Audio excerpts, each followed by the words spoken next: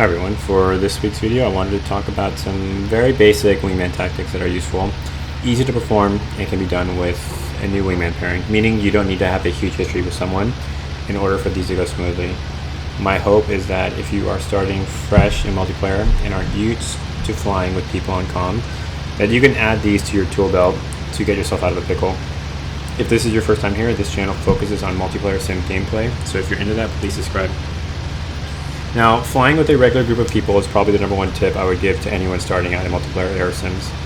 Air sims have a really steep learning curve, and if you're able to climb that mountain together or learn from someone who's already done it, then you're going to have an easier time and probably have more fun.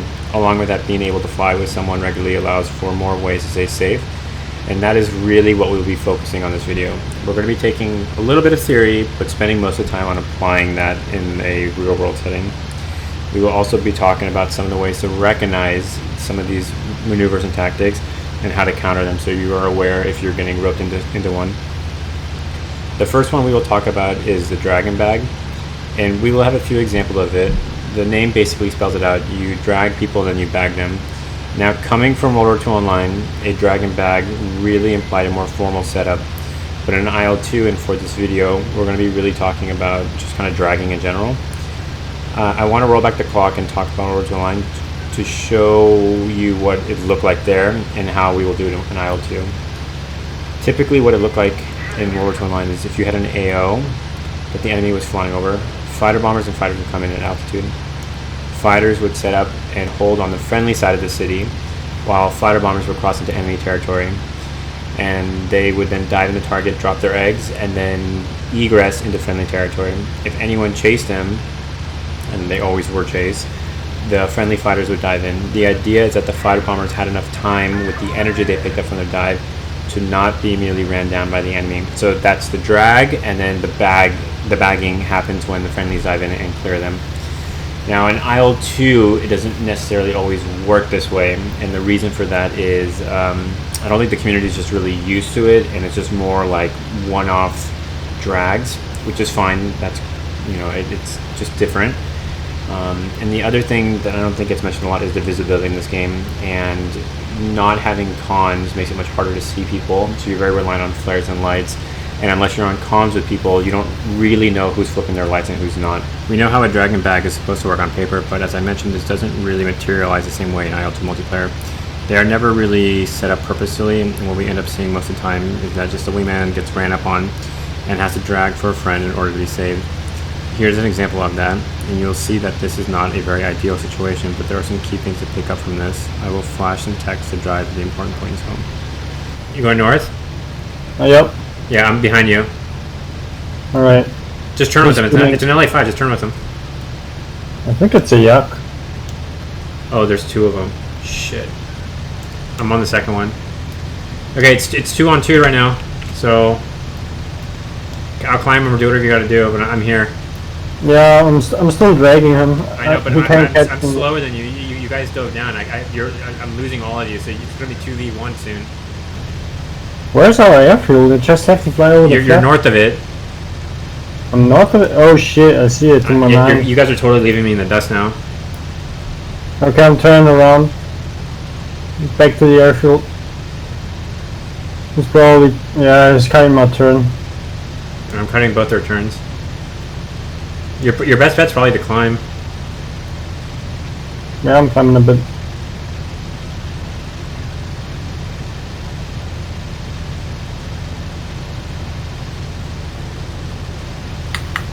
My engine's gonna explode soon. I gotta get off. Why? I've been flying on emergency for like a minute already. What? I'm flying in combat. I climbed up to catch up. Gee. I'm gonna have guns on this guy in about 10 seconds. Yeah, I see you. I'm gonna hang them up both.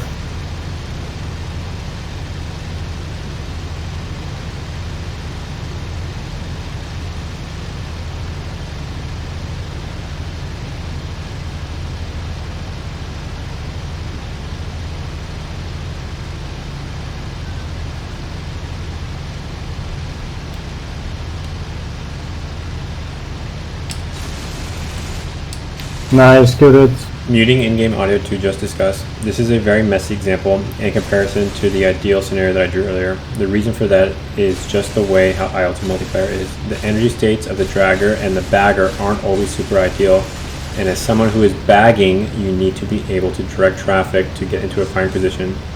Meanwhile, the bagger is focusing on keeping safe while baiting the enemy to tee up an easy shot. Now, teeing up a shot is really key. Here's a very quick example of this, and I'm not on comms with this person. I am diving in, I see a friendly dragging, and I'm gonna guess that this friendly saw me because you're gonna see how very still he keeps, and this allows me to kill this yak very quickly. So all about teeing up a very easy shot in order to clear yourself. So let's go to another example, which is going to be basically a vertical drag or hanging something up.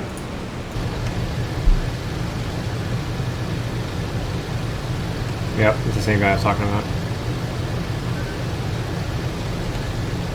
What is that? Tempest? Spitfire.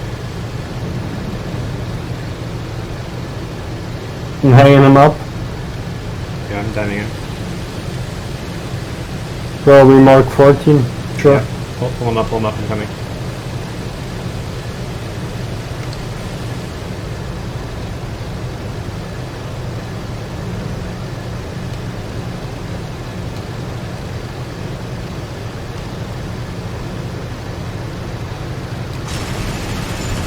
Nice, good hit. So hanging something up is basically the same concept as dragging someone, but it requires more coordination between the two parties. The dragger and the target are in a much more exposed position. What we just saw was the most ideal one, and there's a big burden on the dragger to be able to accurately gauge energy states because you need to be able to make sure you can hang things up properly and not give yourself up too much. Now in this next example, we're going to see that the bagger is slightly slow in hitting the target, and because I was able to measure the energy states, I'm not overly exposed and I'm able to be okay. So we'll go to in-game audio. Alright, I'm gonna have a shot here in just a second. Looks like an LA. I'm gonna pull him up. It's a yak. I'm pulling him up. Yeah, alright. You better hit him. You better hit him soon. I'm coming.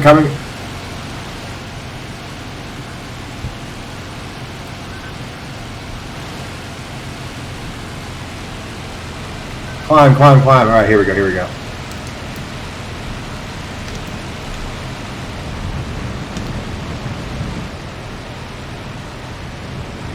Got him. So basically, depending on your trust of your wingman, really determines kind of how much leeway you want to give with the energy states. Now, here's a bad example, or an example of it not going well. I hit this target, and I pull it up for the wingman. Now, the wingman misses here, and I'm very exposed here because I don't have as much energy to pull away, and I get hit here. So it's really easy to die doing these. If someone misses, or if you didn't judge things accurately and you expose yourself too much. So just really keep that in mind. So now that we have an idea of how this should work and how they can not go well, I want to talk about identifying this. What if you are being dragged? Then that means that you're getting teed up for an easy shot. And how do you recognize that? I would say there are three main things to look out for. One, if you know the enemy knows you are on him and he is flying nice and straight and level, then your spidey senses should be going off. You need to look around and make sure you're not getting dragged. Two, if you're getting pulled up in a vertical for no apparent reason and this guy is leaving himself super exposed, you are probably being dragged, so you need to look around. And the third thing is if you see lights and flares, then you need to be careful. Lights are commonly used in multiplayer for players to find each other. He may be communicating his location to someone, and if that is the case, then you may be getting company soon. Funny enough, sometimes when I'm flying alone, I have someone on my 6, I will flash my lights, and the guy chasing me may break off because he might have been freaked out and thought that I'm signaling for help when in fact I didn't have any help coming, which is kind of a neat little thing. For this last example, we're going to be talking about the Thatch Weave. This was developed by John Thatch, a US Navy pilot in World War II. The whole idea is to take two planes that are side by side, and an enemy picks one, and then that one then turns into his wingman, which will allow us for an easy shot. We're going to be doing a variation of that here. In this example, both my wingman and I are parallel to each other and are dragging. We then turn into each other to try to clear each other.